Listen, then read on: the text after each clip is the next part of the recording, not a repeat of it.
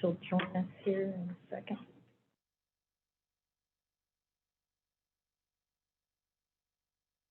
Shall I call the meeting to order, or? Yeah, go at you lead, and then we'll alternate between planning commission. All right, good deal. All right, is it going? Here it comes, great. Is it going? Okay, great. Welcome, everybody, to the joint meeting between the Planning Commission and the Tree Board. It's Tuesday, January 10th, 2023, 7 p.m., and the meeting is called to order. I'll start with a roll call for the Planning Commission, and then we'll go over to the Tree Board. Commissioner Edwards.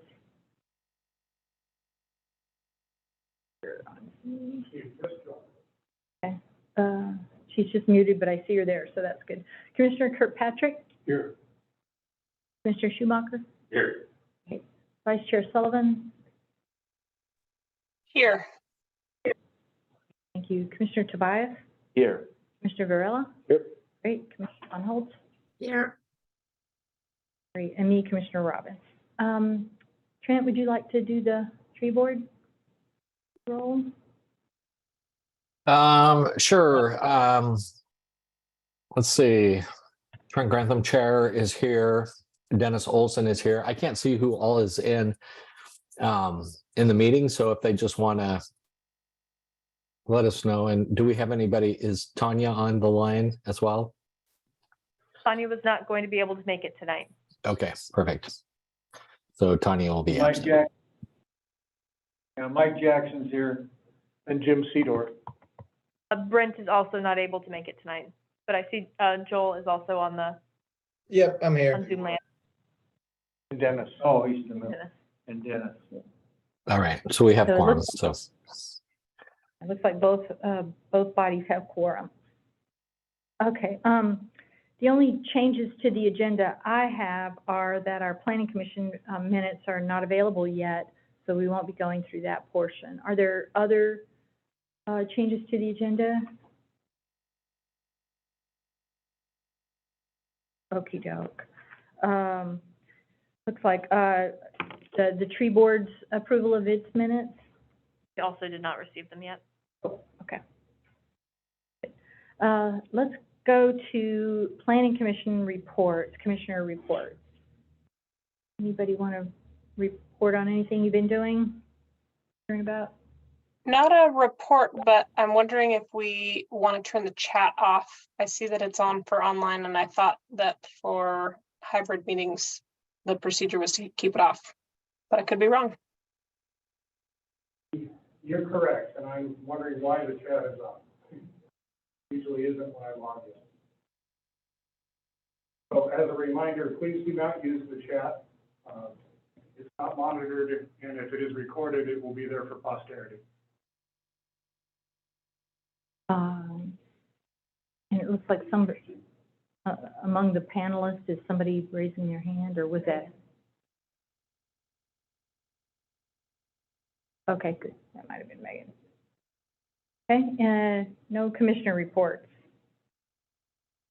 Tree Board reports. I have two things to report.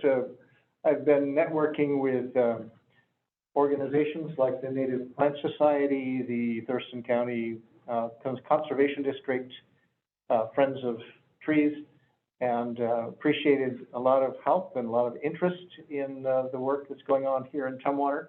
Of course, the DNR Urban Forestry people.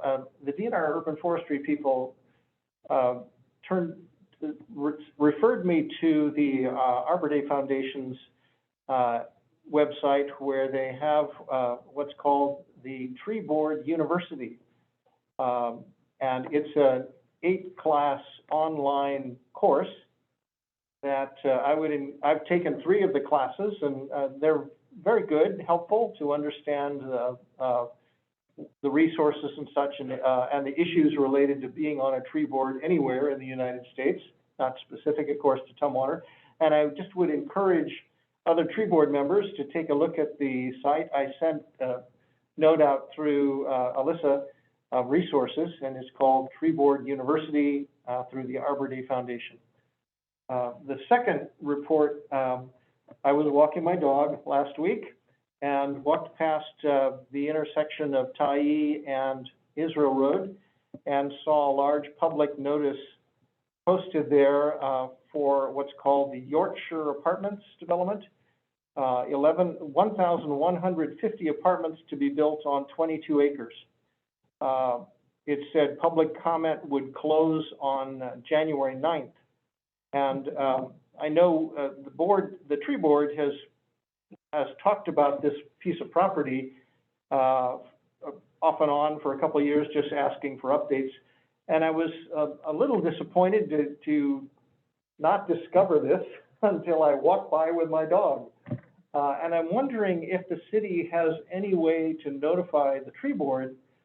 I assume you notify the public, or you have press conferences or something. Maybe you have a routine mailing list when there are development proposals that you're asking for public comment.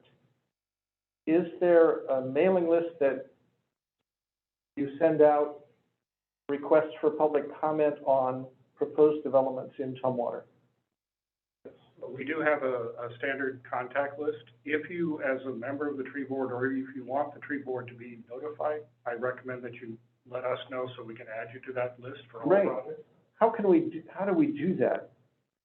I just send an email to you saying, Yeah. what is the list called? It's basically a listserv, and it's just our public notice for all development projects in the city. We have a number of organizations and people that Yes. are on the list that Yeah, I- get notice of all those things. Public notice of development?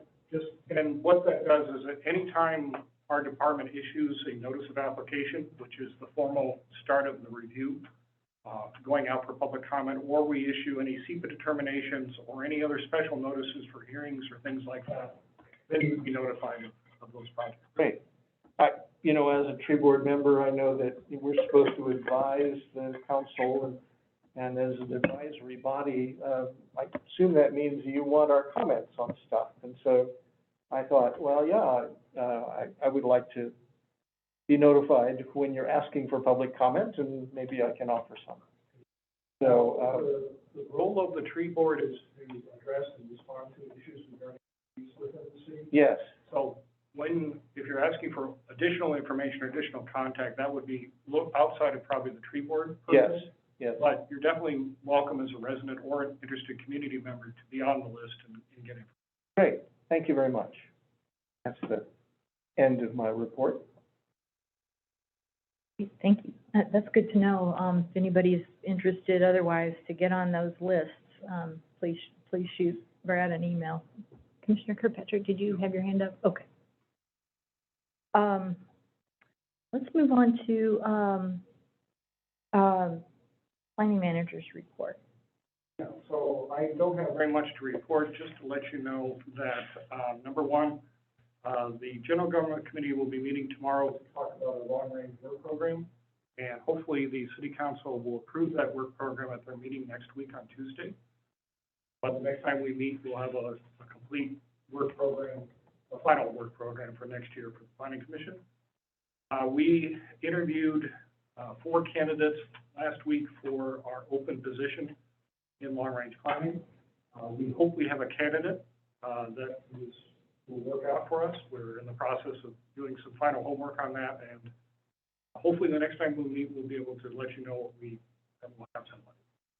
So that's the extent of the excitement. A big deal. Thank you. Glad to hear that. Oh, and also we are in the process of interviewing, as Elizabeth is aware, Elizabeth and I interviewed for Planning Commission member for our 9th position. We have additional interviews, I believe, that are coming up next week. Hopefully have that position filled by the end of the month as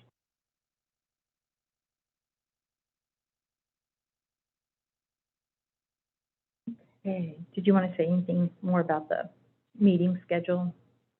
No, I included in the packet for the Planning Commission members the upcoming topics that we'll be addressing. You'll notice there are a lot of things going on with trees, tree preservation and landscaping. We'll also be picking up the preliminary docket for the comp plan at the next meeting. We'll just have 2 items on that. I'm still working on the public engagement plan for the comp plan update. Once that's ready, I'll schedule a time to talk about that. Yeah, I appreciate having this schedule. I get a sense of where we are in the process. The sustainability coordinator report. I am still waiting on the carbon sequestration white paper from the Thurston Regional Planning Council. The new date has not been given to me, but it is still forthcoming.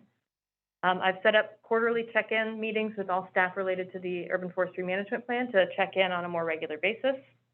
The compost procurement ordinance passed, and this will now apply to tree planting and landscape projects that we might be doing as a tree board with volunteers, as well as any other project that basically touches soil or soil amendments will now have to incorporate compost unless there's a really good reason otherwise. I had a meeting with the communications department today about the heritage tree maps that the tree board has been asking for, and that work will be starting. I would love tree board members' help to get pictures, 1 to 2 pictures of each heritage tree within the community. I'd love your help for that. Ideally a high resolution image, but we can put about 2 pictures on the story map that we'll be creating, as well as other information, the height, the DBH of the tree, when it was designated, so on and so forth. And there's opportunity to add little blurbs if there are special historical features or special features of the tree that we want to make sure that we call out as well. Joel's last meeting with the tree board is tonight. He's transitioning to the Parks and Recreation Board. Thank you for your service, Joel. Arbor Day event is scheduled for April 22nd on actual Earth Day. Start time 10 a.m. And I will send out, well, at some point, hopefully we can get consensus to maybe meet at 6 p.m. for at our next meeting so that we have enough time to talk about Arbor Day without having to make the Planning Commission have to sit for that as well, so that we can get some of those logistics started and kick-started. And those are my updates. Thank you.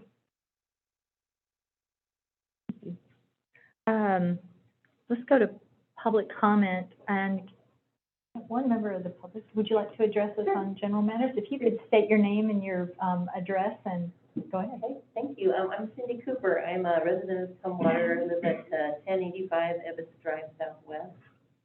And I came tonight because, not so much to make public comments, but to make connection with the tree board members. I'm interested in the work you guys do, and as a now retired long-term program manager for the State Department of Agriculture, I worked with quarantine pests and exotic pest issues. And I'd like to create a connection with the board for any recommendations they might make on tree selection and the possibility of exotic pest threats for those species. So that was kind of the thing that zinged in my brain when I met Jim yesterday at the Native Plant Society meeting. So I'm just here as an interested party. Thank you. Thank you. Thanks for making the time to come. You bet. Is there anyone on the Zoom that is a member of the public? You don't have anybody. Okay. Very good. Nobody else is here. Okie doke. Let's move to our 12th order of business, which is our joint work session on the street tree plan update. And we'll go to Kim.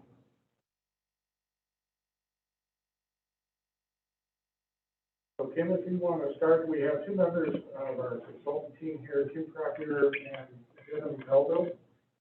Kim will be taking the lead on the presentations tonight, and we'll be leading our discussion. Okay, thank you so much, everyone. Oh, can everyone hear me okay?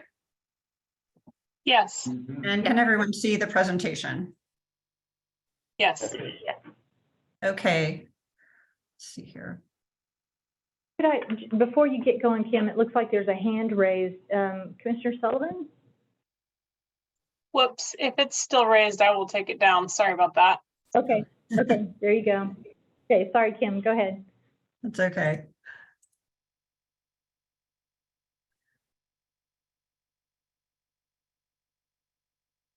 Okay, so it's really nice to be back with all of you here tonight.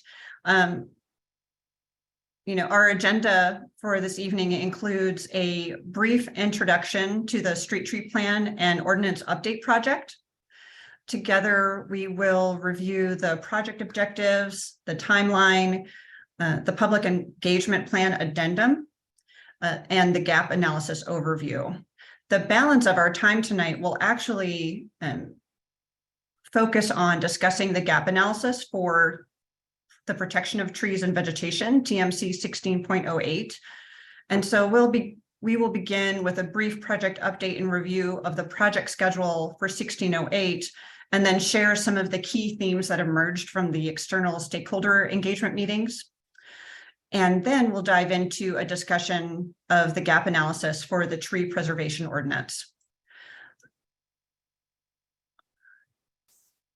So to get things started, we will focus on the street tree plan update.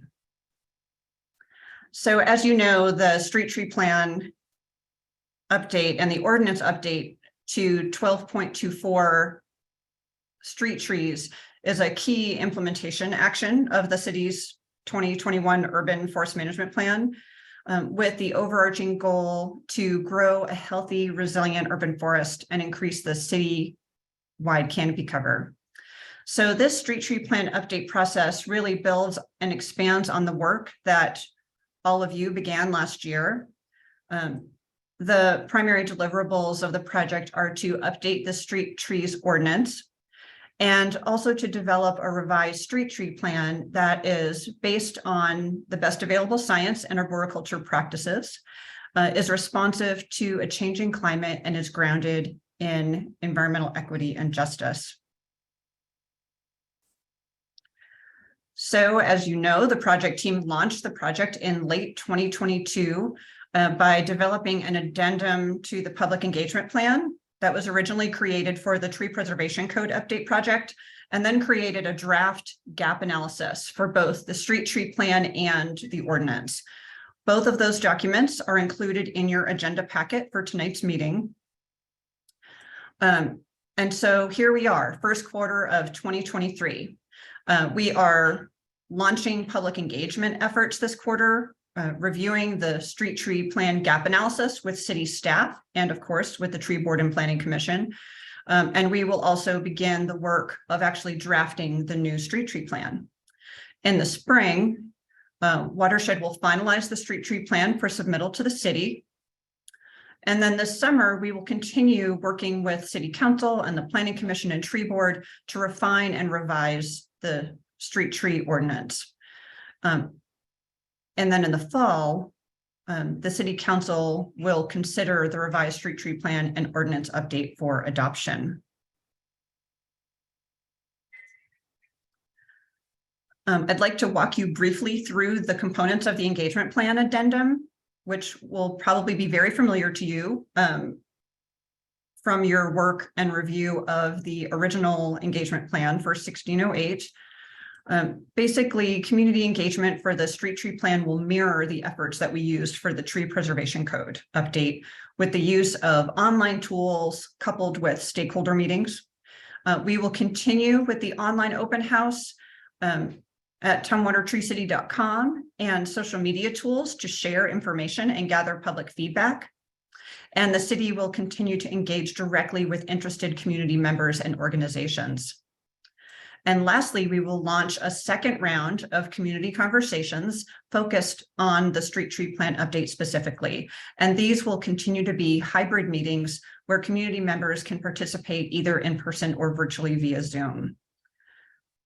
Similar to the original engagement plan, the overall strategy will be to solicit broad outreach and engage a wide and diverse audience, and then compile, distill, and interpret the feedback into actionable guidance and recommendations that inform both the ordinance update as well as the street tree plan itself.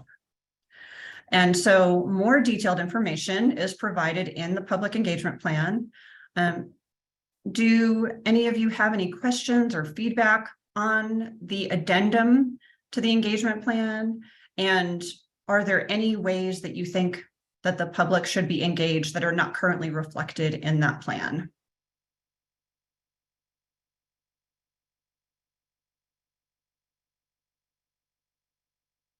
Not seeing any. Okay. If you have any questions or comments, later on, we can also discuss them at the end of the presentation, or you're welcome to, of course, email Brad and he can share your comments and questions with us. So we're happy to get your feedback. One question, Kim. I don't have the plan, the hard copy in front of me. Is there a list in the plan of those community organizations that you are notifying? So Brad has been keeping a running list of all of the stakeholders and community organizations that they are contacting. And this is a working document that will get attached to the engagement plan. It's not in the copy that you were provided. However, Brad, I imagine that that's something that you could share with the board and the commission. It's the same list we're drawing for all the community conversations. Yeah, I'm just wondering if commission and board members can see it, just to see if there's anyone we might suggest you add to the list. Yeah. Oh, definitely. That would be very helpful. And Brad, has that already been provided at some point to this group, or could we share that with them? I will share the most current version. Okay, that would be great.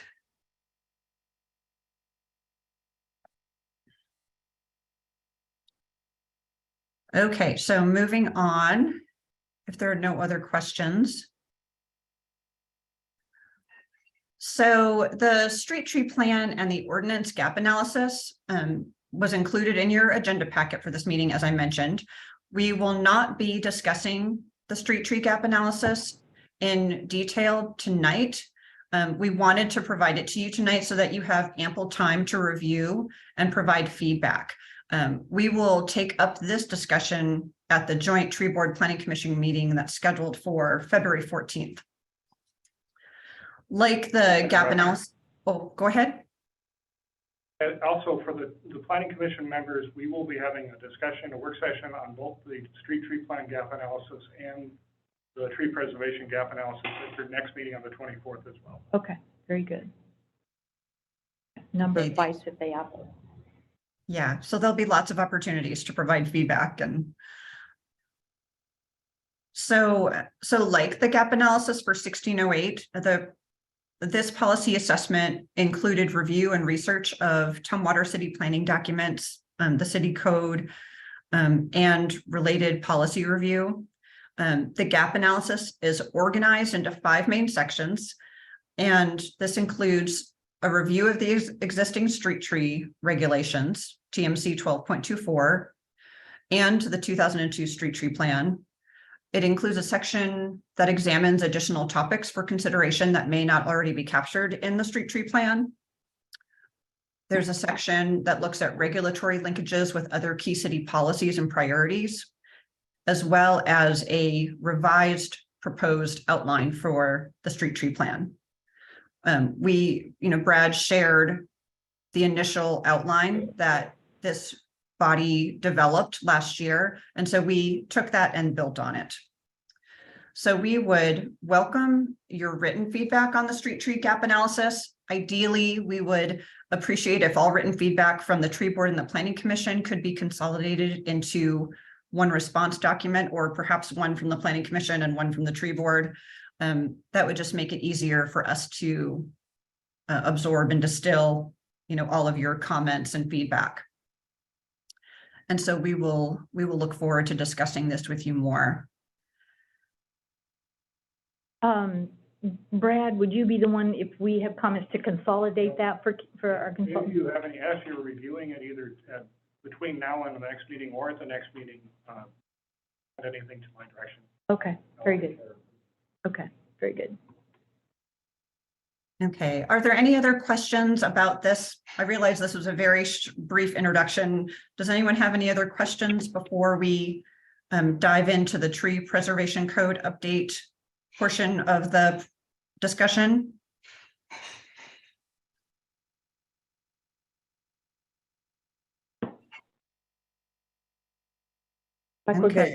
Okay, sounds good.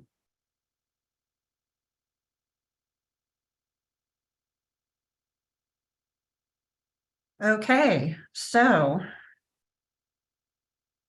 now we'd like to shift gears, as I mentioned, and discuss the policy gap analysis that you received for TMC 1608. We will begin with an update on the project timeline, talk about accomplishments to date, and share themes and ideas shared during the community conversations meeting held during the last 3 months. So as you know, back in October, we kicked off this effort by developing the public engagement plan and launched public engagement efforts that included external stakeholder meetings that we started calling community conversations. The project team also developed a policy gap analysis that you received in your agenda packet, and that will be the focus of our talk tonight. We are now here in the first quarter of 2023. I'm pleased to report that we wrapped up our third and final community conversations meeting last night, and we will be hosting an internal stakeholder meeting with city staff next week to also discuss the gap analysis. During the next 3 months, we will develop draft amendments to the tree ordinance for your review, and we'll have work sessions to revise and refine them. Work sessions with the tree board, planning commission, and the city council will continue into the spring with the final adoption of the new tree ordinance completed by the end of summer 2023.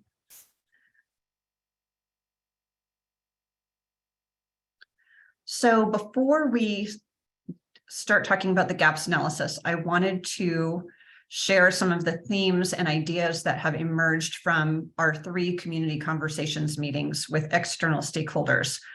Some of the priorities and ideas that emerged from those discussions include such items as protection of large diameter trees. They asked us to consider habitat value of trees, groves, and corridors.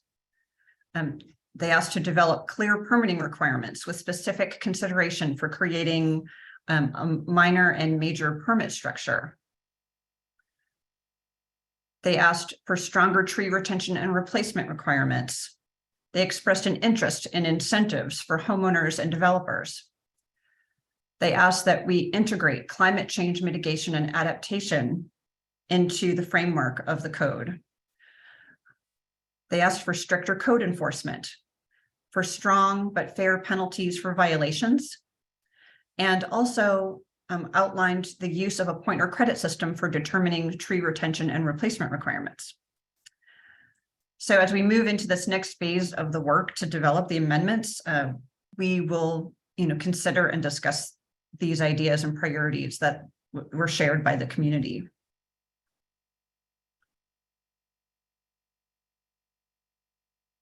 So I want to first thank the members of the tree board that have provided their written comments and feedback on the gap analysis. We recognize that the planning commission has had less time to digest the gap analysis compared with the tree board. So as Brad mentioned a moment ago, the city plans to provide additional time for discussion during the planning commission meeting later this month. The gap analysis for 1608 is organized into 3 main sections that includes review and assessment of the existing ordinance, outlines important topics that may not be present in the existing code, and provides an overview of coordination needed with other city plans and guidelines. The project team has identified the following topics to begin our work session tonight. Following our discussion of these topics, we will welcome your feedback on other items in the gap analysis that are not captured in this list. So to begin our work session tonight, we'd like to cover these topics: tree retention and replacement requirements, tree protection designations for large diameter trees. We'd like to discuss updating the methodology for quantifying tree retention, permit types and requirements, incentives for development projects and existing property owners, as well as maintenance requirements, specifically for tree tracts within HOAs and commercial industrial sites. We recognize that this is a lengthy list for our short time together, so we are going to do our best to move through these topics. And then if there are specific topics that we want to dive deeper into, we can definitely do that in the subsequent meetings to come. And we'll also have an opportunity to discuss these topics in more depth as we present the amendments to you. So this will not be our last time to discuss these topics as well. So what I'd like to do is give you a very brief introduction to each topic and then open it for your comments and feedback. Okay, so let's dive in to tree retention and replacement requirements. Currently, the code allows for a certain amount of tree removal based on whether development is proposed. On non-development sites, 30% of trees can be removed within a 10-year period. On sites that are proposed for development, 20% of the trees, or 12 trees per acre, need to be retained, whichever is greater.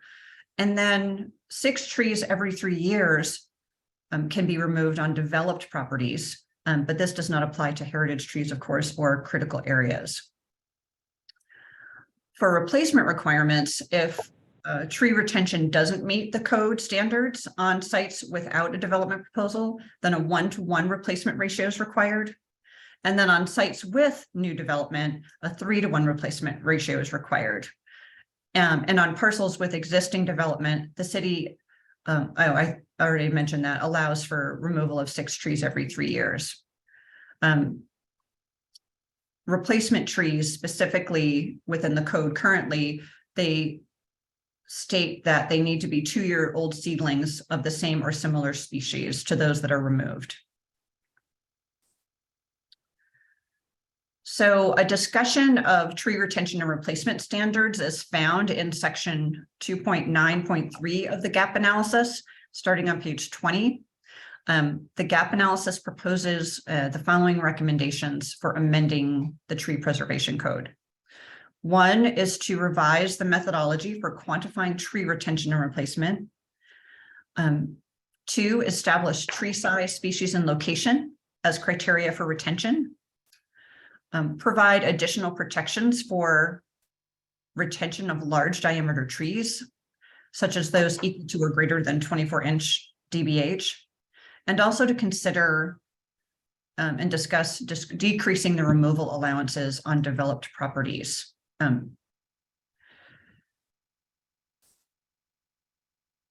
So as outlined in the gap analysis, commonly used strategies for assessing tree retention and replacement in tree codes include a tree credit approach, sometimes also referred to as a point system, and a canopy cover approach. Both methods require a measurement of existing on-site trees and have specific size thresholds for which trees are regulated. Typically, that's usually 6 inches. In some jurisdictions, we see 8.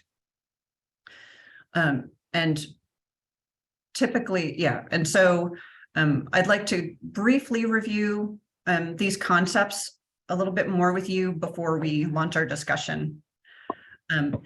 So first off, shown on this screen is the tree credit approach. And the tree credit approach accounts for the density of existing trees on a parcel based on the trunk diameter. Trees are assigned credits based on their diameter or size. And knowing the DBH, the species, and the condition of the trees can provide insight into the habitat value and ecosystem services that these trees provide. The tree code would specify a minimum number of credits that's required to remain on the parcel after development, with the number of credits varying by the size of the parcel. And then if the minimum credits are not met, replacement planting would be required. Tree credit methods are commonly used due to the ease of data collection and does not require access to aerial imagery or online data sources. Trunk size is easily measured and verified in the field. Some other Puget Sound jurisdictions that use variations of the tree credit approach include Olympia, Burien, Kirkland, and Woodinville. The example referenced in this slide actually comes from the city of Burien. And in this example, it shows that 1 tree credit is required per 1,000 square feet of developable area. And so for a 5,400 square foot lot, 5.4 credits are required. And based on the size of the existing trees shown on our site here, they currently have 13 tree credits on the site. Another approach for quantifying on-site trees is using canopy cover measurements. Tree canopy refers to all of the branches and foliage that make up a tree's crown and is measured by the tree's drip line or outer edge of the canopy. A lot's canopy cover would be measured as a percent of the gross site area and can be measured either through an on-the-ground tree survey using the radii of the tree canopy as shown in this slide, or through aerial estimation using aerial photos. The use of aerial imagery, however, we would recommend be used in combination with ground-based assessment in order to determine the condition and species of the trees under consideration, and may not want to be used as a standalone measure. The tree code, again, would specify a minimum percent canopy cover required to remain on the site. And tree canopy cover could also include not only the trees to be retained, but the projected canopy cover of any newly planted trees. These calculations would ideally be calculated by a qualified arborist or be confirmed by the city's on-call urban forestry professional for permit review. And I also just wanted to mention that since tree canopy width and shape varies by tree species, and it's not always a surrogate for tree diameter, the city would need to consider additional provisions to account for any kind of large tree diameter protections that they would want to include. And jurisdictions currently using this approach include the City of Lake Forest Park and Snohomish County. Okay. Jim Fedor has a question. Okay, Jim? You mentioned just in passing, tree canopy, something to the effect of in the future. So, someone comes in and takes down mature trees to build a house, and then they plant 2 or 3 2-inch DBH trees, who, of course, their canopy at that time is smaller than the mature trees that were there before. You made some reference to what you calculate the canopy that will be when these newly planted trees mature. Can you clarify that? Yeah, I think you actually summarized it pretty well. So the methodology, and from the examples that we were drawing from, which was Lake Forest Park and Snohomish County, what they do is they will have an arborist calculate or estimate based on, available data, what the projected mature tree canopy would be of a specific tree at 20 or 30 years maturity. There's definitely, yes. So that's how that method would work. So, of course, initially, in a development or new homes, the canopy cover is significantly less. Someone estimates saying, well, assuming all of these trees survive and grow to a mature size, this is the canopy that will be here, did you say 20 years from now? Yeah, yep. So yeah, and there are definitely limitations to this methodology. We just wanted to make sure, we wanted to present all of the options, for 2 of the main approaches that we've seen in other jurisdictions and present them to you. Okay, thank you. Okay. Sort of as an extension of that question, I have a question about, and I don't know where this really belongs, but since we're talking replacement, I'm wondering, sticking a young tree in the ground is one thing, but it seems to me that a consideration might be made or needs to be made for irrigating that tree and maybe other support like, deer fencing or whatever to ensure survival to that mature state that we desire. And I don't know where that belongs. Yeah, and so that actually would would belong under our discussion of maintenance, which is a provision in the tree code. And so that would be part of the maintenance agreement that would be established as part of the development permit. Brad, do you want to expand on that at all, or do you want to wait and hold off until we get to the maintenance portion of our discussion? I prefer to wait. Okay, Go ahead. yeah, so I would say hold that thought. All righty, Jim has another point. Well, again, walking my dog last week through Palisades subdivision, which was built about 15 years ago, trees planted on the parkway. 6 of the trees blew down in December and were cut off. So the city required the developer to put in these trees, and they were there for 10 years. And then they fell over because the roots were not adequate in the windstorm and were taken away. And so the future canopy is not there, not going to be there. Is there some sort of law saying, okay, that tree, the developer met the specs, but the landowner or storm damage removed the trees later, and so we're not going to achieve the canopy goal unless there's some requirement for the homeowner, I assume, to maintain this canopy cover. Am I understanding that right? Well, that actually is not something that I just presented. That's not an assumption necessarily. Okay. I think that would actually be probably another question or issue that would need to be addressed within the code. Would be, what are and again, I think this probably goes to the maintenance discussion for a little bit later in our work session, where we can certainly take up the issue of homeowner maintenance requirements and responsibilities. And Thank you. what the timeline threshold would be for that.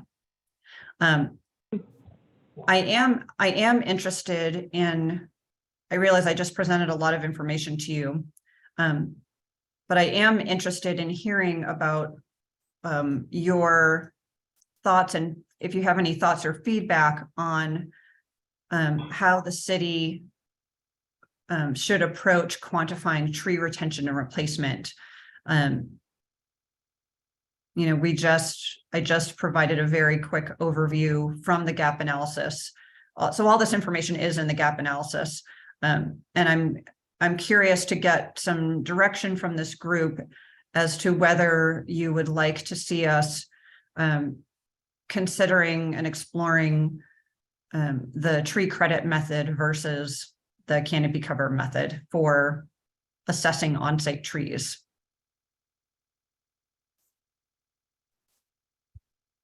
This is Trent speaking. I know we've talked, and Mike might also have some input on this. I mean, the point system is, I've dealt with it a lot. It's not a perfect system. Sometimes you just end up throwing a bunch of trees in just to get your counts correct, and it might not necessarily be right tree, right place.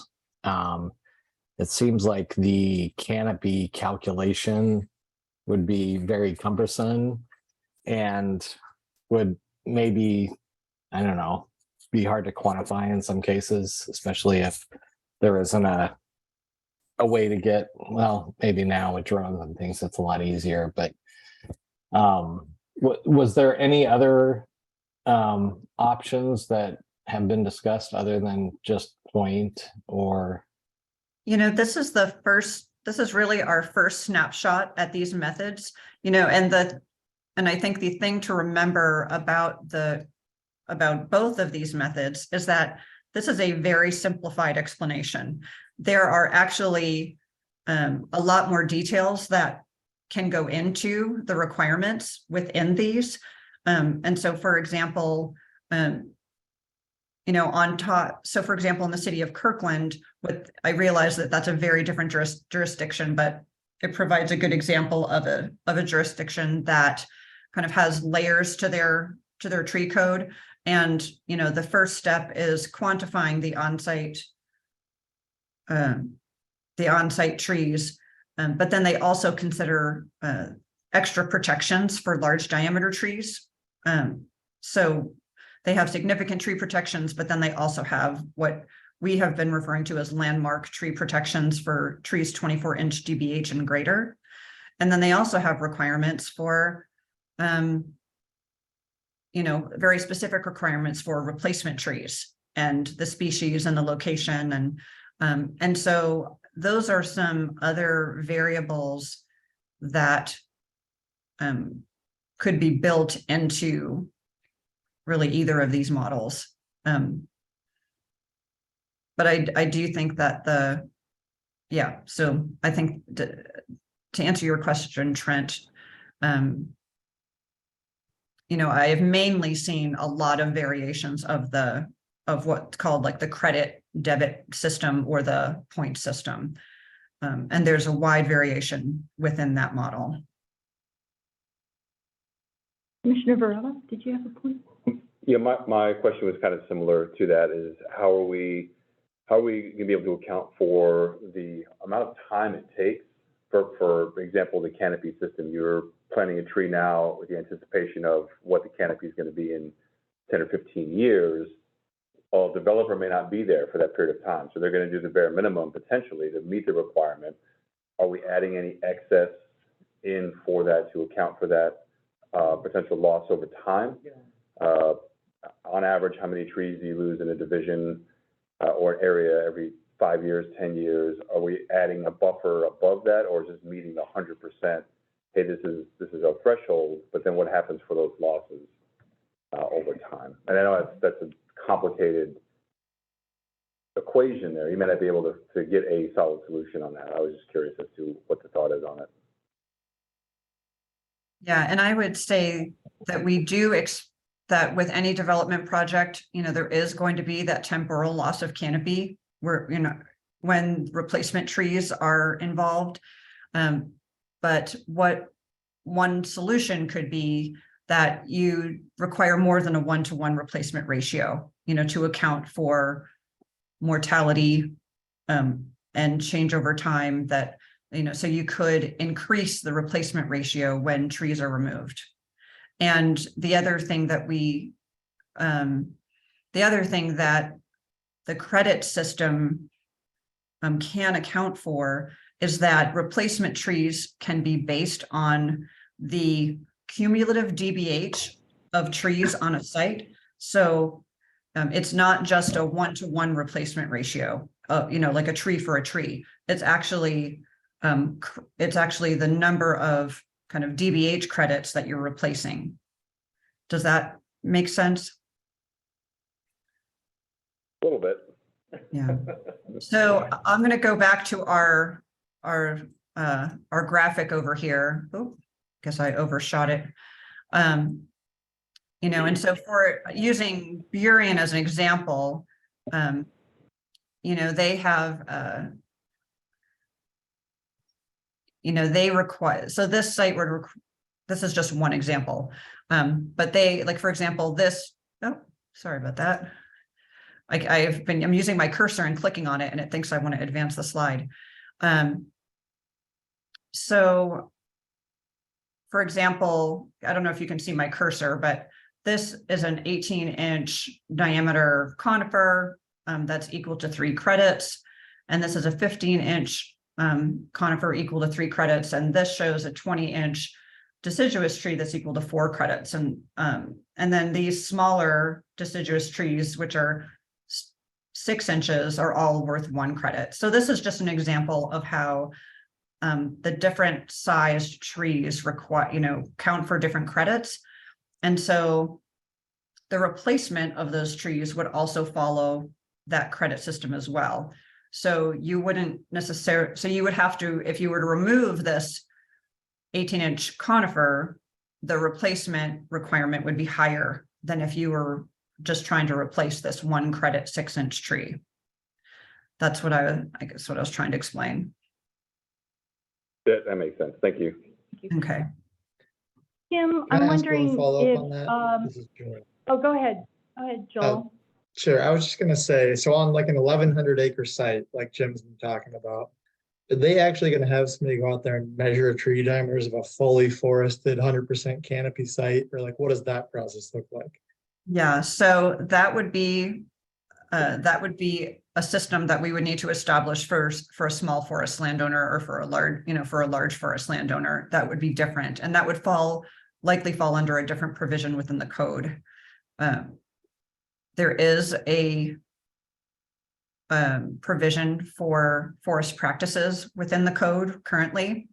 And that is outlined in the gap analysis. I actually would need to double check on what section that's in. But we would keep that. We would recommend keeping that in the code and just clarifying and expanding it. And then one of the things that was raised by one of our community stakeholders, actually, who is a landowner who has 10 acres of forest along with her home. And she brought up the concern that she wants to be able to, manage her forest, for ecological health. And what happens in her situation where she has, is she also beholden to, for example, can she only remove 6 trees in a 3-year period, or are there other considerations or exemptions that she would be eligible for? And so that's another item that we would need to, take up and account for in the amendment process. Kim, I have a question as well on your question about whether, which of the measurement systems would be better for us. And that is, can you talk about maybe how either the credit system or the canopy system might be able to factor in that goal we heard about earlier of considering the habitat or the corridor continuity. So what I see, in your examples, I admittedly can't show too much there, but it seems to be just for a parcel rather than considering the greater connections. Yeah. The example that I provided really just shows you for a small lot, right? That's just one small example. And when it comes to capturing the habitat value of a tree, that is something that is typically assumed to correlate with the tree size, and the condition and the canopy and the species of the tree. And that's also usually captured when we're talking about protection of groves or stands of trees. And so in many many tree codes, you will not often see specific, habitat features quantified necessarily, but in protecting larger trees and stands of trees and associated vegetation, there is an assumption that we are, and a correlation made between the habitat value of those larger trees and groves, and which, and that's also a, part of the amendment process that we'll be looking at, because protecting groves and habitat corridors has been raised repeatedly. And so that is something that we will be taking up and that we'll be looking for feedback on. We don't have a specific example set up yet. I don't know, And Brad, Kim, do you want to as a add to that? Yeah, as a follow-on to that as well, in a lot of the recent codes that have been done for tree preservation, and I'm citing Burien here as a really good example of this. The tree preservation code applies basically to everything that is outside of the critical areas that are identified on the site, and things like within the shoreline.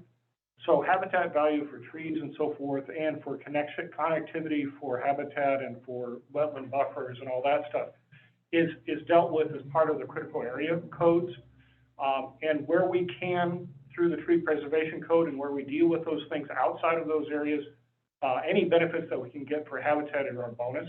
And that's where we can use things like looking at particular groves, for preservation of groves outside of critical areas, using the tree management plan approach to larger lots, actively managing a lot for urban forestry, meaning that they can cut down a certain portion, but they're maintaining and growing and doing everything else over time. Those are the other ways we really get at the habitat value through the tree preservation ordinance. I would for sure welcome seeing some of that kind of consideration included in the future, so that we're not just, kind of suffering death by 1,000 cuts, parcel by parcel, lot by lot. In other words, we're finding a way to value what's on the lot in the context beyond the lot.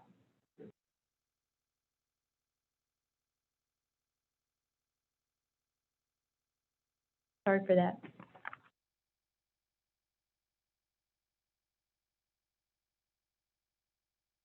All right, go on ahead. Okay. I'm wondering if there are any specific thoughts or feedback about us establishing special protections for large diameter trees. So this is where we would suggest establishing for example, a landmark tree and specification or classification that we would then have additional protections for within a lot. Some jurisdictions will basically state that large diameter trees cannot be removed from a site, and if so, then there are additional permit requirements that need to happen and additional replacement requirements that need to be in place. And so that is something that we'd like to know whether you'd like us to consider and provide example language for in an amendment. Kim, as a clarification, is this different from the heritage tree designation that our current code currently has? Yeah, so this would be different from the heritage tree designation, because right now the way that the heritage tree classification is set up is that it is not necessarily dependent on tree diameter. It is dependent on the rarity, the history of the tree, and you can also correct me if I'm wrong, and that that this wouldn't be in place of the heritage tree designation. This would be in addition to. At least that would be our recommendation.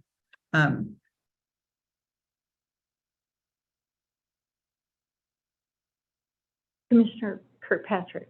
To go back to the original question, I think the tree credit method is a lot more easy for people to deal with than the canopy method. And that alone is a good reason for if we have to pick one versus the other, to pick that. But I think what you've heard tonight is that's just a starting point. From there needs to be some definitive requirements within the credit-based approach. Okay. Yeah. Thank you for that feedback. Oh, go ahead. Well, the difficulty here is, several issues. One of the main issues is when you're thinking about development within the city limits of Tumwater, is what the city's going to require as part of development. The issue on the several recent ones down Little Rock Road are have to raise the elevation of the site.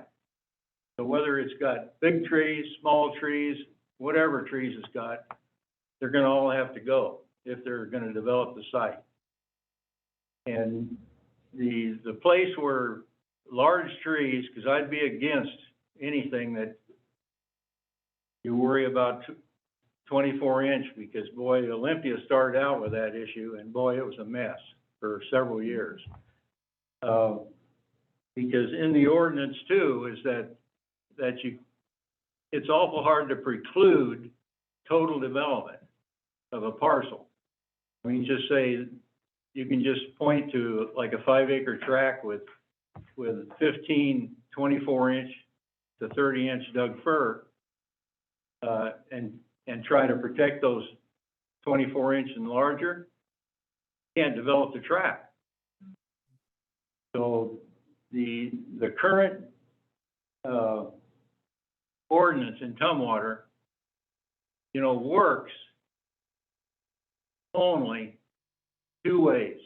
One is that before they come in with a development proposal, somebody has looked at that site to see if there's really a good stand of trees to save. And to try to get early on the 5% tree tract set aside in that area where those good trees are, and then see what kind of development they can do around that and save those trees. The other way that our ordinance works is if you've got riparian buffers around a wetland or critical area, like it's been brought up, there's a number of trees on that particular site that meet the 12 trees per acre. Other than that, I've been involved in the city ever since the ordinance came in, and a lot of times it works, but the 12 trees per acre are a bunch of maple and maple clumps that shouldn't really be considered in the first place. That's what happens when you're fiddling around with canopy. You get some of these big maples that are really poor quality. They got a huge canopy. And if those trees are healthy and you can get to them early, hey, we can set aside the 5% tree tract and get rid of everything else. And then you got the landscape ordinance that's, big in this town. And you can develop a plan. But, I've been working on this stuff for over 30 years, and to see a development, because there is one down by the old DNR site down there that's going in, is that they came to me first, and we set the 5% tree tract around the patch of trees, the only patch of trees that's on the site. But if you're in a different area and you have a requirement to have 30 lots or whatever the requirements are, you just can't do it. Right. And develop the site. But anyway, I'd be, against that canopy. That's a real tough one.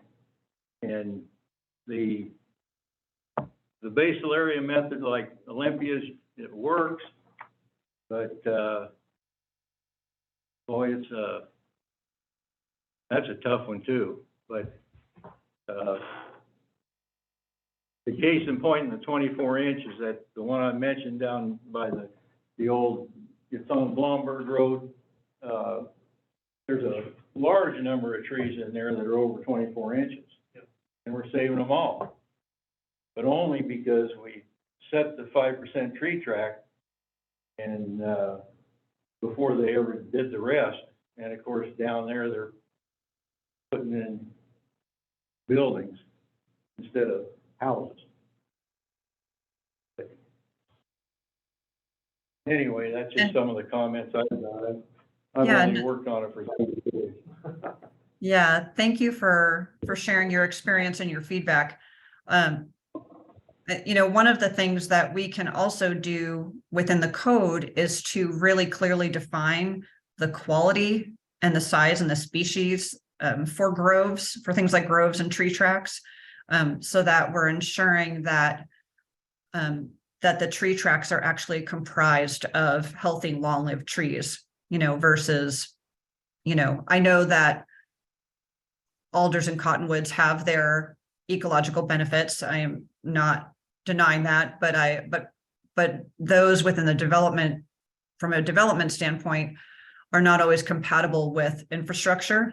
And so, for example, we could be specifying within the code, what this gets to the tree size, species, and location of criteria for retention. And how we're not only defining trees to be retained, but trees specifically that would be within a tract or a grove. Those are just some other thoughts I'm thinking of from your comments. Well, that's why I was saying about the riparian zones or the buffers around the wetlands, because ash is another species that's in town. And, hey, some of those ash get up to 24 inches. But, the only place we've ever used them are in the buffers, because you sure don't want ash out in the middle of a housing development. But anyway, there will be a lot of things that we talk about over time.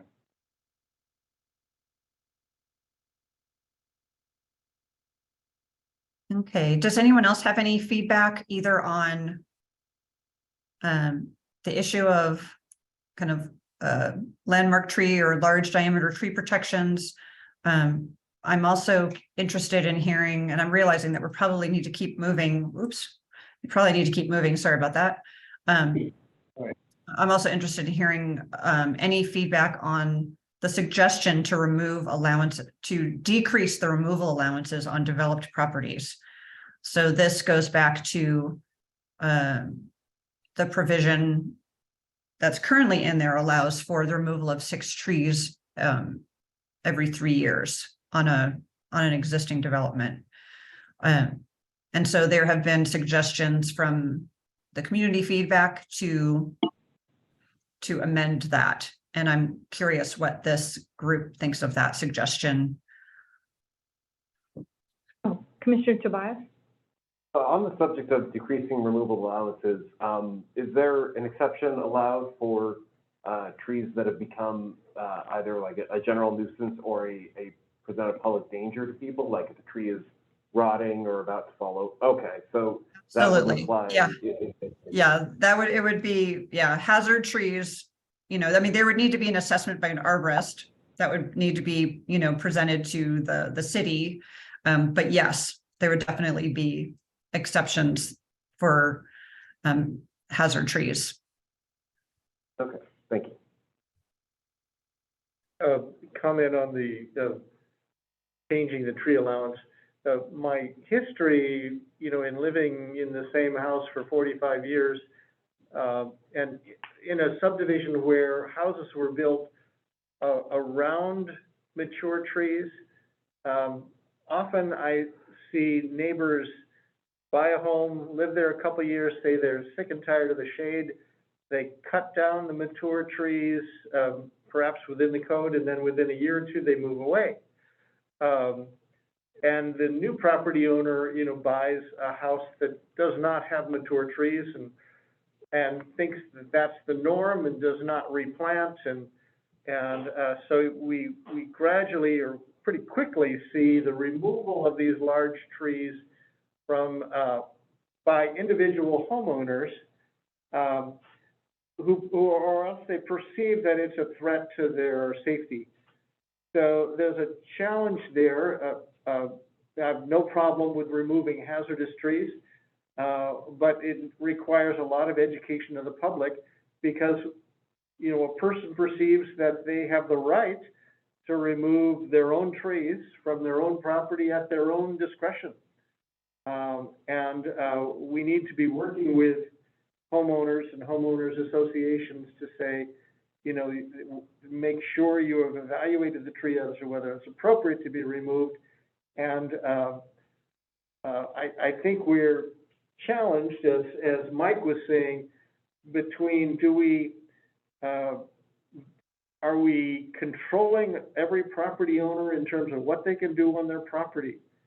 And what is the effect on climate? And how do we collaborate with each other, realizing that my tree benefits my neighbor and the person down the street? by the oxygen it gives off and the carbon dioxide it takes in. And so it's kind of a new thought that I don't have the right to change the environment by removing trees on my own property. I don't know if we're there yet. No, and it'll be a long time. Long time before we are. Yeah. Yeah. No, there's Okay. too many issues to talk about, but I'll talk about one more, and that is, you know, when the city came along, it was so big, and now that we've annexed a number of pieces that were developed under county regulation. Now we're in the city. And these trees that were under county regulations 20 or 30 years ago were only like 40 feet tall. Now they're over 100. Got people living in these houses that are deadly scared of those trees in the buffer that was set by the county. And it's not easy to get rid of those trees. I mean, there's a permit system, and you can go get a certified arborist with a tree assessment and put the nice report in. But it's difficult, but there'll be ways to do that, and it just has to be. Difficult? What's that? Isn't that good that it's difficult? Yeah. I mean, at least you look at it. Yeah, right. But, I mean, there's so many issues, is what it is. A lot more than just one. Got a question. Right. So Brad and city staff, are there any other specific questions or items that you would like to comment on before we move on to the next topic? I think Dennis Olson had his hand up. Oh, okay. All right, great. Sorry, I'm not able to see everyone's hands up or who's Got a responding. question about the tree removal businesses. Is that a place where we could make an impact? Is working with them? So asking some of the questions that Jim was talking about. Well, I think that there is definitely an opportunity, you know, for the city, and this is definitely outlined in the urban forest management plan, is to expand urban forestry education to the community. And that can include to the tree care industry and professionals as well. Yeah. What some jurisdictions are doing is actually requiring that any business, any tree care company that wants to work within the city limits has to get a city business license and actually sign a statement that shows that they understand the city tree codes, you know, and rules and regulations. I believe that Lacey may actually already have that in place, thinking locally. And so that is something that some jurisdictions will do.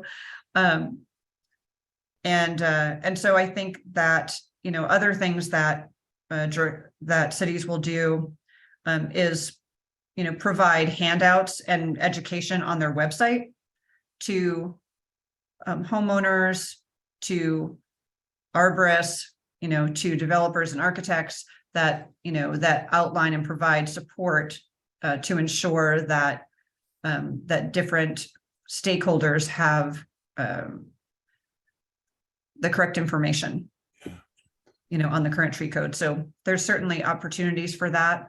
I don't know, you know, within the tree code, we'd have to think about how we might want to capture that, you know, but that's certainly a programmatic thing that the city could do in terms of public education. Yeah, it is a pressure point. Is it that we could potentially look at? I'm sorry, say that again. Is a pressure point we could look at? A pressure point. Oh, a pressure point. They have to. And that would be a real, you know. Yeah. Thank you. Okay. I mean, that's a subject to cover, yeah. Oh, I'm not hearing what was being just said in the room. I'm sorry. Can you repeat that again? Oh, I just said that that is a good subject to spend some time on Yeah. for the Yeah. watershed company, because that would be a real plus. Because if, somebody wants to cut down 3 or 4 trees and they go get Joe Blow that comes out of Pierce County, he doesn't know a thing about ordinances in Tumwater. And, the 3 trees are cut and they're gone. Sometimes it's 9. Mhm. If he's signed something and he's got a business license, just like you mentioned, Lacey, it's the same way when I go over there, I gotta get a business license. Mhm.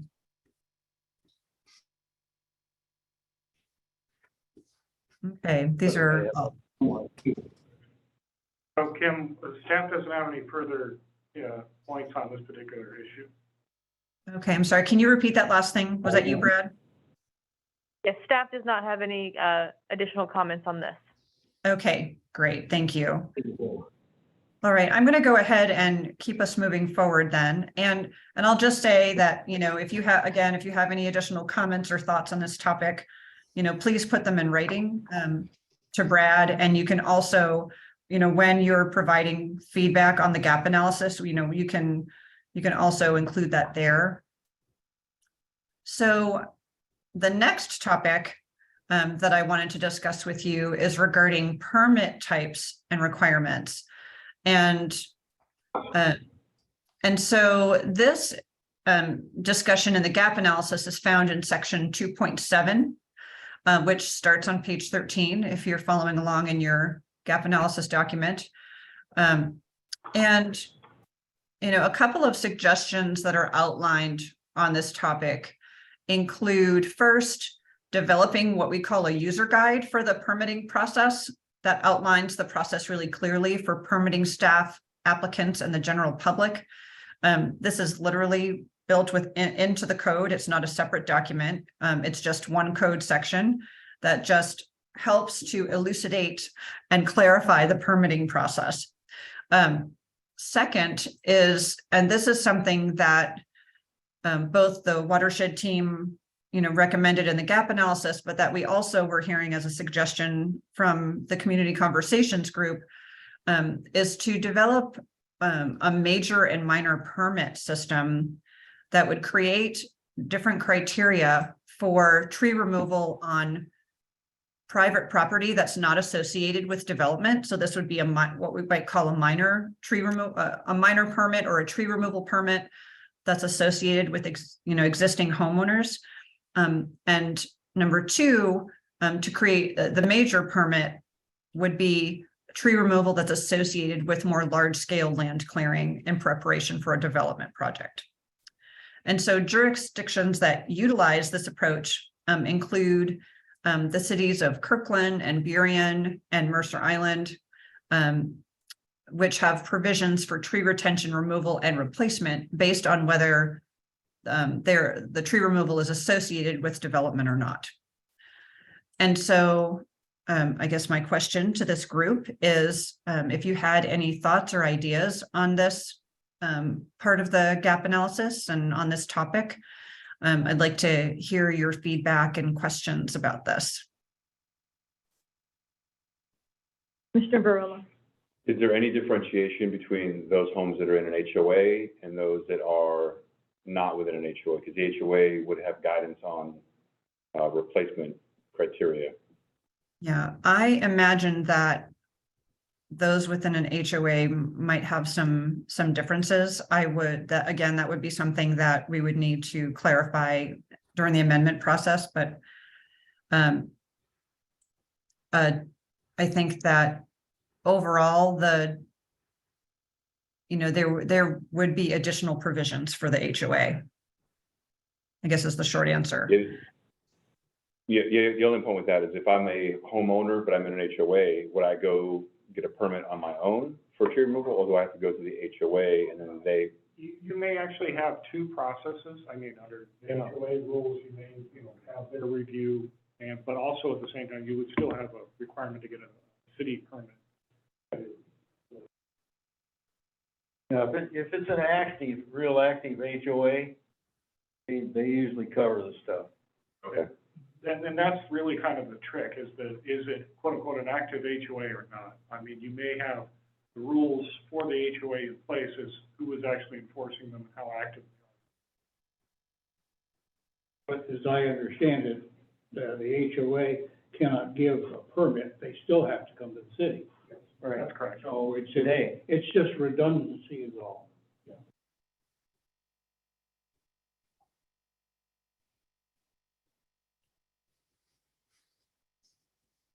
I know one of the, this is Trent again.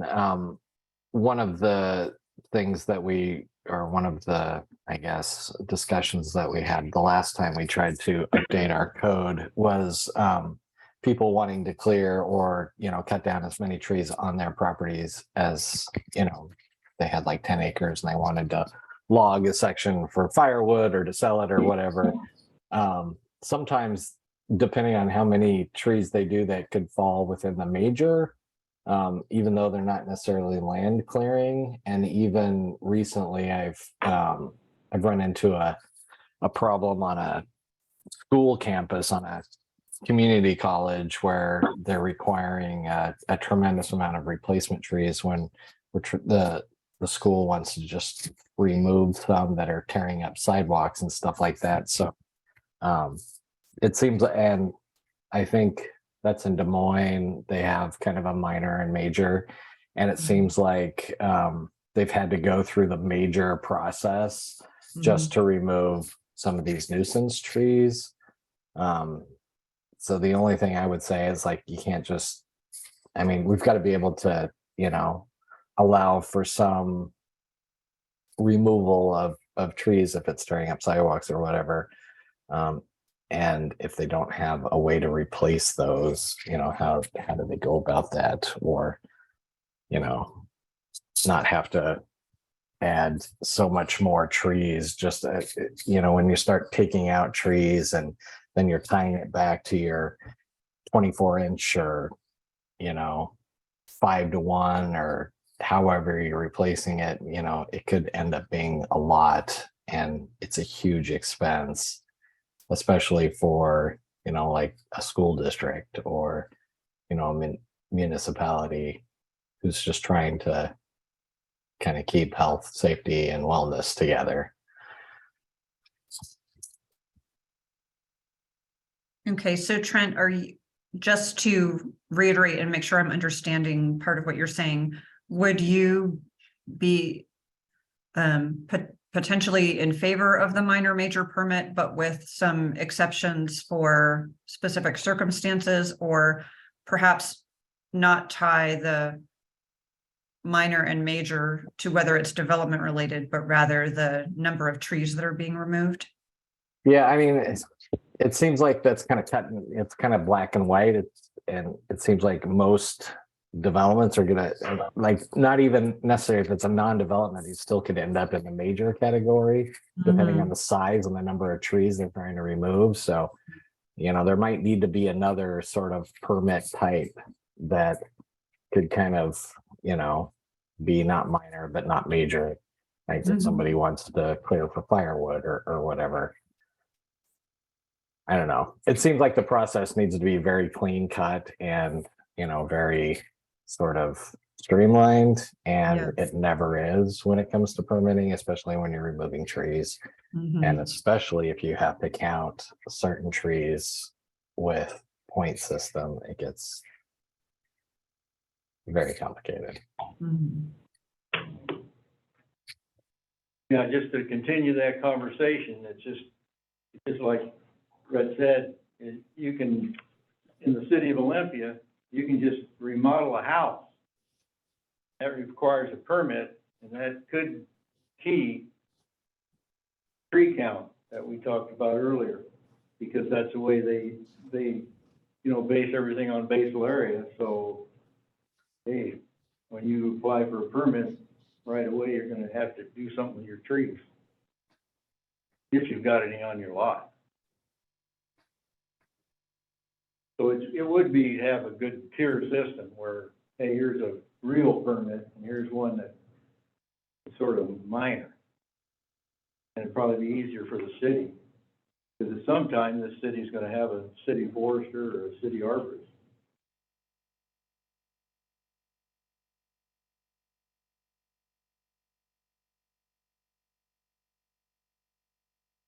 Any other questions or comments on this topic? I think we're good. Okay.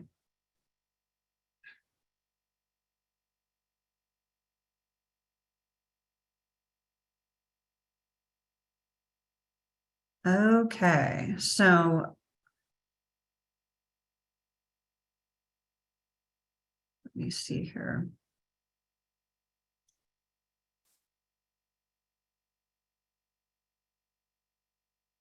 Okay, so next we have incentives for tree preservation. The discussion points for this are in section 3.5 of the gap analysis, starting on page 29, as well as, and we also received quite a bit of community feedback on this topic. And so wanted to share some of that with you. So we'd like to get your input on some of the feedback that we received. Some of the suggestions were expediting the permitting process as an option, permit fee reductions, reducing stormwater fees, development design incentives, provisions for small forest landowners, which gets to some of what we were talking about earlier. And then one community member recommended tax breaks or rebates of some kind for homeowners. And so in terms of incentives, there seemed to be a lot of interest from the community on this topic. The current municipal code for Tumwater does not include them. And so this would be new ground for the city. And I also want to recognize that some of the incentives could be also integrated into the landscaping code as well. That is something that could be considered when you do approach that topic. But in terms of tree preservation, when we were discussing this last night with the Community Conversations Focus Group, there seemed to be interest in providing incentives for both existing homeowners as well as for developers. So I'd like to, I guess, open up this topic to all of you and get your feedback. I'll start with, it would be good to understand the distinction between, where possible, between incentives for preservation and exemptions. Mm-hmm. However you want to do that, but in some senses, an exemption from having to adhere to ordinances is an incentive. I'm sorry, say that last thing again. In some circumstances, I could imagine that having an exemption from an ordinance is an incentive to preserve the trees. So it'd be good, but I know there would be some where that's not the case. Yeah, it'd be good to understand the distinction. Yeah, so no, that is a good distinction to make, and Brad, feel free to jump in here anytime, but I'll take a first stab at it. That essentially, when we're talking about, and in this specific instance, when we're talking about an incentive, it would be what additional, what kinds of,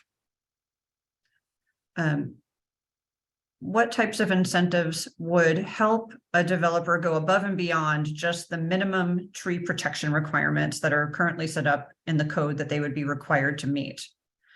An exemption would be that there are some that we are providing them that based on the site characteristics and the design parameters, we are going to make provide an exemption for the developer to, for example, remove, more trees on a site without being penalized for example. However, to get to your point, that you're right, there are in some cases exemptions from the code, using the small forest landowner as an example. For the woman with the 10-acre forested parcel that wants to do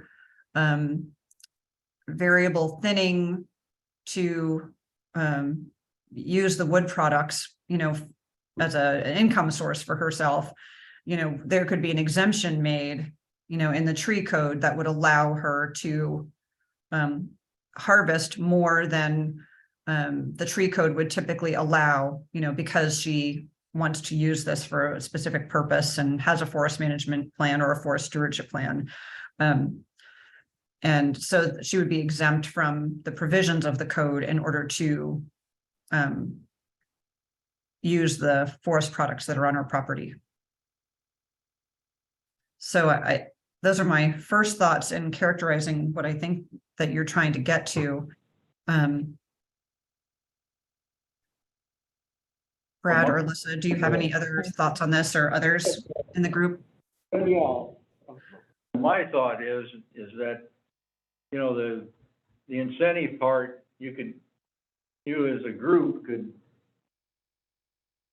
discuss and maybe recommend some incentives.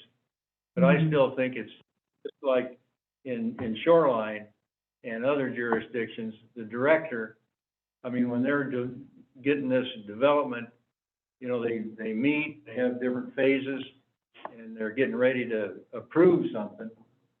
It should be up to the director. It's a city decision. Everybody's got their input, and they put it in there to save this or save that. But incentives are good, and let the director look at what you've recommended and see what might work. When I think of the developer incentives, I think, okay, the developer, I'm assuming, gets so much money per lot. They're making so much money per lot. And what's the incentive for them not to develop a lot and leave trees there that, as Mike says, will get in the way or make it impossible to put a road or put a house or put 6 houses there?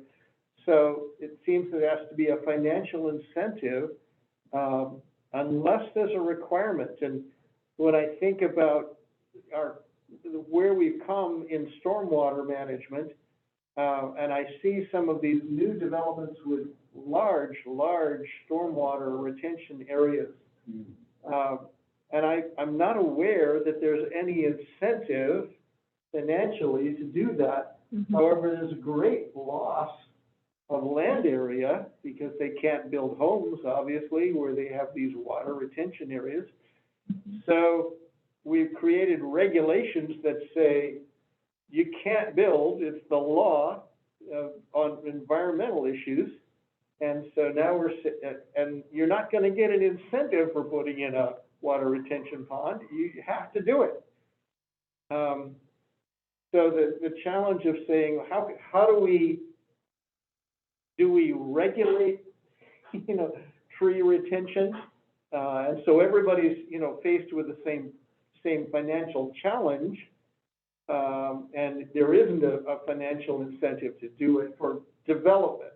That's a different issue when we're talking about, okay, a homeowner that's got trees, how can we incentivize having them keep the trees? So I see that we may be talking about different things that would be incentives or regulations for development versus existing homeowners. And, I'm thinking in this last month, I've read of is it Coca-Cola going in at the port, building a huge bottling factory, and of course the new warehouses going here at the port that are going to reduce what are currently 100% canopy areas. There's no trees at all where they want to build. Are there not? Yeah, it's bare. It's Spire is open for. There is not tree one. Okay. On the Coca-Cola, right? The Coca-Cola. Fair piece of land. That's a good deal. Yeah. There was a warehouse plan there 20 years You ago. might as well get something Just on fell there. through. Yeah, And that's a good use of the land then. I mean, well, Yeah. of course, you know, you can say, well, 100 years ago, there were Not the trees other. there, and so. Yeah. So we're still challenged with this urban forest management plan that says 40%. We want to have 40% canopy cover of the city.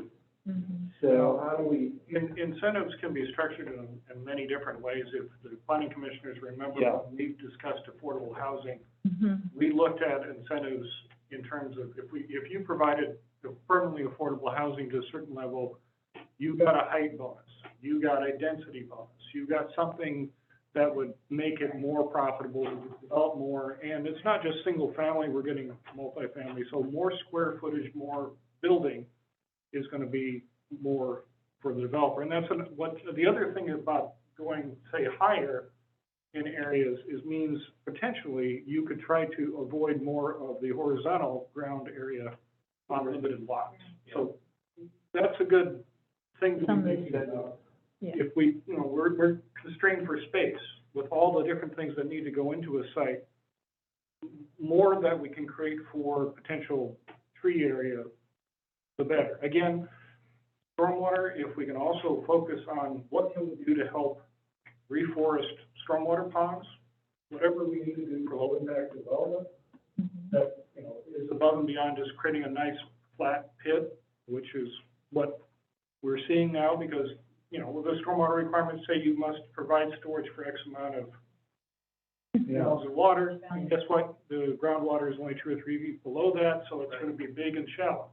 It doesn't necessarily have to be a big open pit, though. There's other ways to do it. So the more we, you know, think of things of that nature for incentives and so forth, good.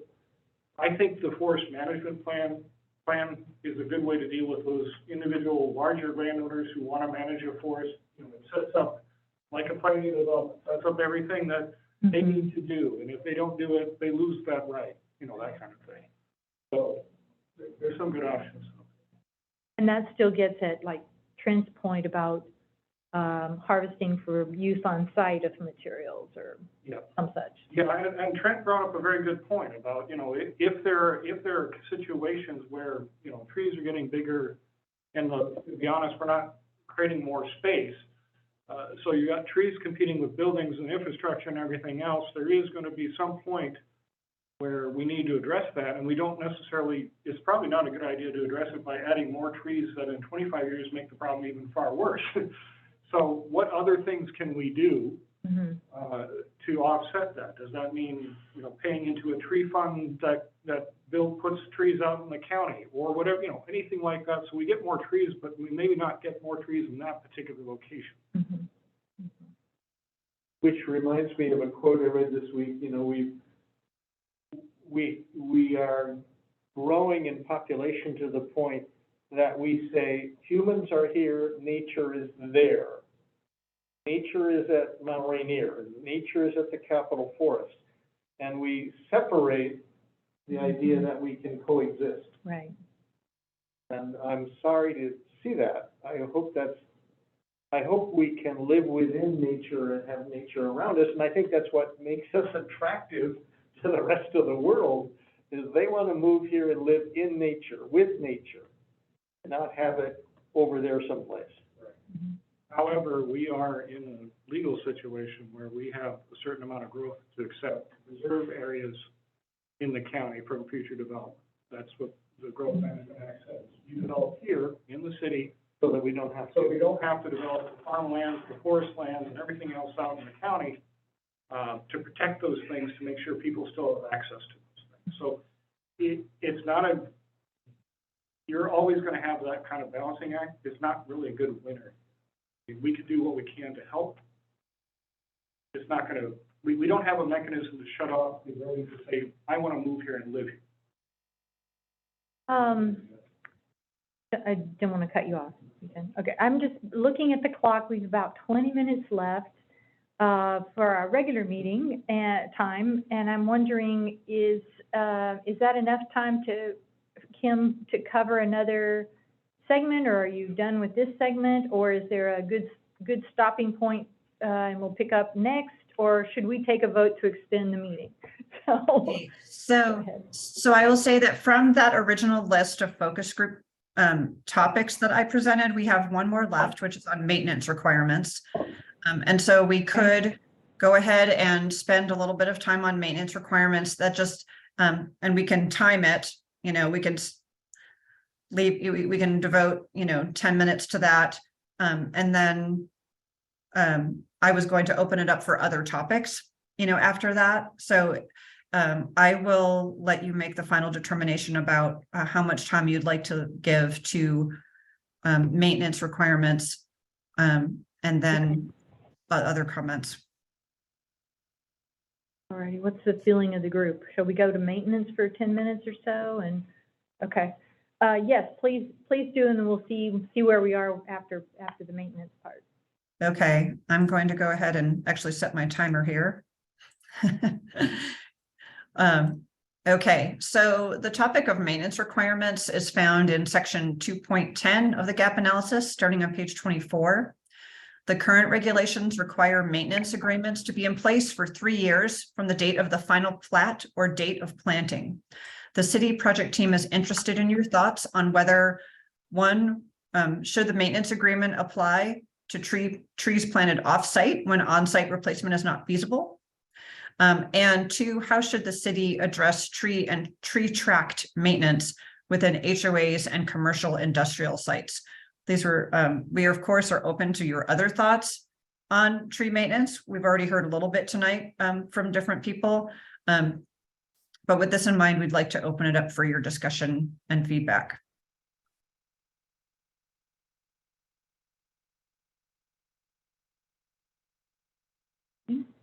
Well, I'll jump in here. This is Trent again. I mean, I think maintenance is like one of the key factors, and the problem we've had in Tumwater is enforcement. They just don't have the people to enforce it. I mean, you can regulate it all you want, but if there isn't anybody to enforcement, that's where we fall short, I would say. I think those maintenance agreements are important, so we should probably keep those. But yeah, I think maybe trying to strengthen the enforcement part of it would be beneficial in the long-term health of those tree tracks and other things. I'd agree to that. And again, an active HOA, sometimes, I mean, when a tree, a car goes through and hits 3 trees that are maybe 6 or 7 inches, and it's going to be costly to replace them. But an active HOA, boy, they're on them. And usually they're replaced real quick. I've been on other ones where even though they have an HOA, nobody even knows what it's about. So that's an important thing, maintenance. Does little good to plant a bunch of trees and then lose the maintenance thing.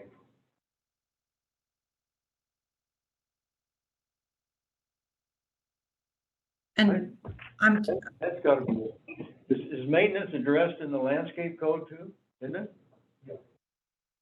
Yeah.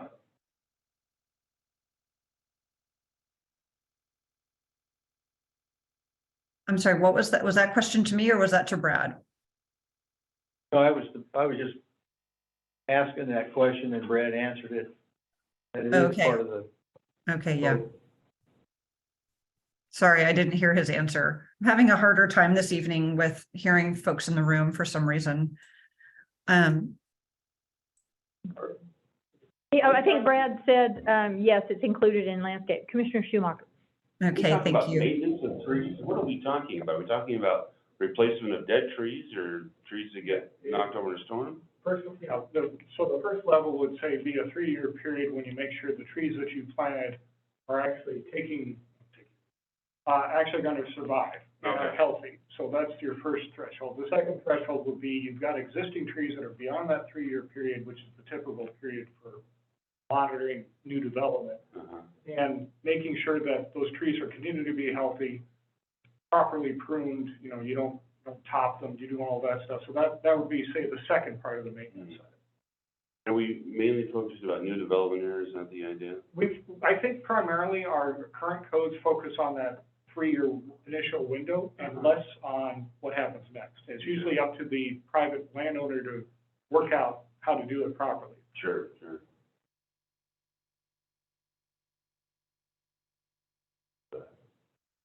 And so Brad, you had expressed specific interest in how to address the maintenance issue with HOAs. Did you have a specific, can you expand a little bit more on the kind of feedback that you're looking for regarding HOAs and commercial industrial sites? Yeah, I think that's where Commissioner Schumacher's question about maintenance and how it goes beyond the initial 3-year period of making sure it works in the site, and how we can maintain the tree canopy or the trees that are out there before they become a real problem. And that's what I'm kind of looking for direction on. Is we could have ongoing agreements with commercial and industrial developers, because we're usually dealing with one landowner of sorts, and we could track it much easier. But when we're dealing with a homeowner association that may or may not be active, that's much more challenging. Or if there's no homeowners at all.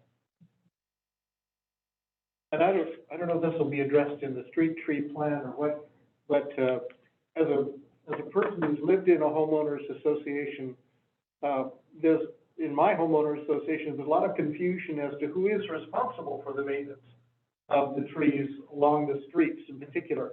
And sometimes the city comes in and prunes the cul-de-sac islands, and sometimes a tree comes down on the street in an ice storm, and the homeowner is saying, "Where's the city? Is the fire department going to come and take this tree down?" Who's responsible for the maintenance of those, particularly cul-de-sac islands and parkway trees when inside the city? And if it's the homeowner, they don't know what to do. So the quick answer, and this is the answer from our city attorney, is the homeowner is responsible. In some cases where the city has resources and the ability to deal with, situations, we will help where we can, but we can't commit to the entire city. That sort of comes down to our maintenance staff has a lot more time, say, in the summer and more staff than in the winter when we have an ice storm or something all over the city, kind of thing. So ultimately, it's down to the property owner to deal with it. They can and the urban forestry plan is kind of working out how do we bridge the gap there with education and other resources to help those property owners. Mr. Kirkpatrick. I think one of the things that I see flowing through this whole thing is education. Putting certain things on the website so people can download a simplified guide to doing these things. And that may be our best direction toward the maintenance area, is to develop a maintenance guide that's easily downloadable, and then try and get the word out to educate people to actually read it. Arbor Day might be a good chance for that. I'd like to just answer the question posed about off-site maintenance agreements. And my answer would be, of course, they should apply, because otherwise that defeats the purpose of planting anything.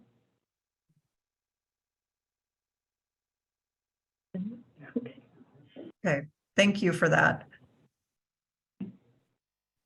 Yes, and so I think that that brings up the question of, if oftentimes off-site planting is done through, through the tree account, or, there might be trees that are funded, and then planted off sites, I guess.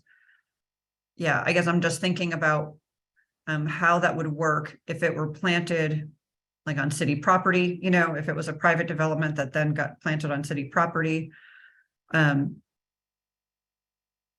You know, would there be, you know, would the developer then pay the city, you know, for care of those trees? Would that be separate from the tree account? You know, I guess there's some different scenarios there that that I can think of. Commissioner Tobias. So I assume this is a stock image in your presentation of the folks planting the trees, but it puts something in my mind. The folks in this picture look a lot like volunteers, you know, sort of a group of people that want to like volunteer, plant a tree in your neighborhood, which is an altruistic goal. In the case though of tree maintenance and going back, I guess, as well to permitting, is there a distinction then between if you are, you know, if you as a homeowner or a homeowner association or other development are, you know, having to pay for tree maintenance, but you're getting your labor for free in the form of volunteer efforts, is there a difference in how the costs themselves are allocated? I mean, versus if you are using, say, a professional arborist or other tree service as opposed to volunteers? Is there any distinction made in that regard? Or Is there any distinction made, I'm sorry, within? Between whether or not you're using volunteers for tree maintenance versus if you are using professional services that you pay for? Yeah, that's a good question. I don't know if I have the answer to that. I think, Brad, do you have any other additional information or thoughts on that? No, we don't currently distinguish, or we don't provide a credit. Say, for example, if you've got volunteers and this is the cost of hiring somebody. That's not part of our current system. Okay. If the end result is, you know, is the vegetation alive, that's regardless of who planted or cared for it, it should be what we're aiming at, I think. Oh, yeah, no, I imagine the tree doesn't care either way. Yeah. I just figured the city might have a say. Yeah, yeah. Okay. We're not that sophisticated. Okay. No.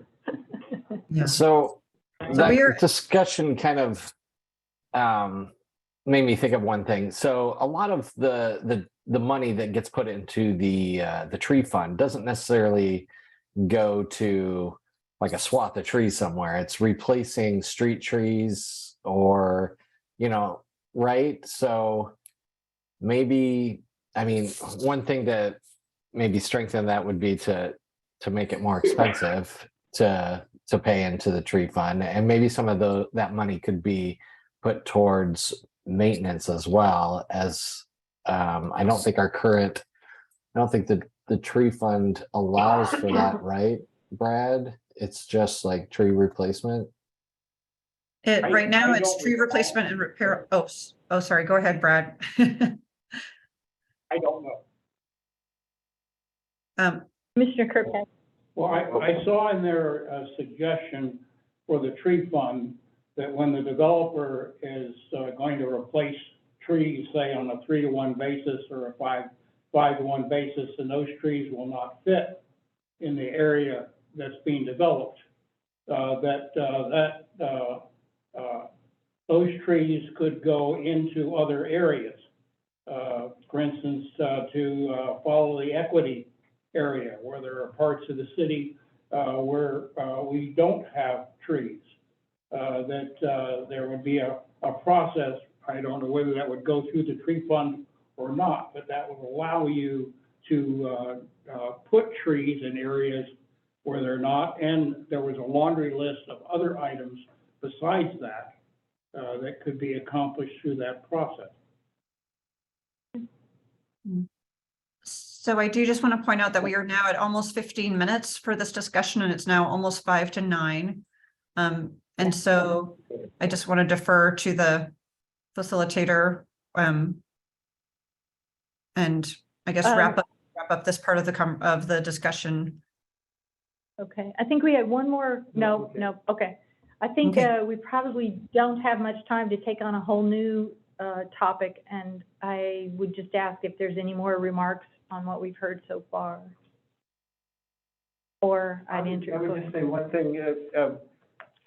An hour ago, we were talking about large trees, and I don't think the facilitator talked about where that discussion kind of came from in the public forums, community conversations.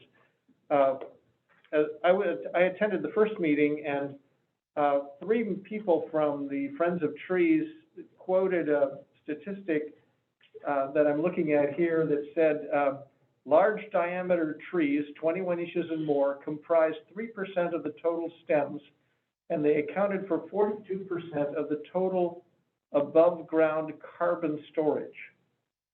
So they were saying the reason to save large trees, in addition to habitat, is carbon sequestration. And that larger trees sequester a lot more carbon than smaller trees. So I don't think that was kind of science-based as an incentive for retaining large trees that I don't think was mentioned today. One small comment about that paper. Good. It's specifically in Northwest forests, not urban environments. That data has not been replicated in an urban setting that has a lot of different conditions. I don't doubt that it would still be larger trees that hold more carbon, but I don't have great faith in the statistics, the numbers to be like equal in an urban setting. Thank you. Okay, very good. Thank you for bringing that up, Jim. Yeah. Thanks for leading us through this discussion, Kim. It's been really good. I don't think we have time to take on any more unless the group makes a motion to extend the meeting.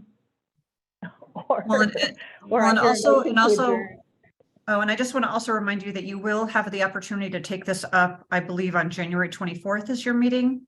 And so there will, or at the end, towards the end of January, I believe. So there will be another opportunity to gather and discuss this. Correct. Can I just ask again, procedural question? You may have mentioned this before. When you prepare your final recommendations, will that be given to us to review, or does that go directly to the council? You will be given sorry, Brad, did you answer that? Yes, Jim, all of this will come back to the tree board and the planning commission in terms of both the recommendations and then probably and the ordinance itself. So you'll see both before. The council will be briefed as part of this process as we move along, but the process will be following tree board and planning commission back to city council for their final review. So their recommendations come to this group, the staff recommendations come back to the tree board and planning commission. Your recommendation will go on to the city council. I will invite a motion. Commissioner Varela. I move to adjourn. Thank you. Mr. Tobias, I'll second that motion. Thank you. It's been moved and seconded to adjourn our meeting. Next meeting will be the 24th for the Planning Commission and the Tree Board on the 14th of February with us, so another joint meeting coming up on the 14th. Otherwise, all in favor of adjourning tonight, please say aye. Aye. Aye. Ellie, please introduce your person. Okay, before we take the no vote, Kelly, introduce that baby. This is my granddaughter, Justice. Say hi. Hi, sweetie. All right. Any opposed? All right. It looks like we are adjourned, and I thank the Watershed Company very much for all this hard work. Thank you.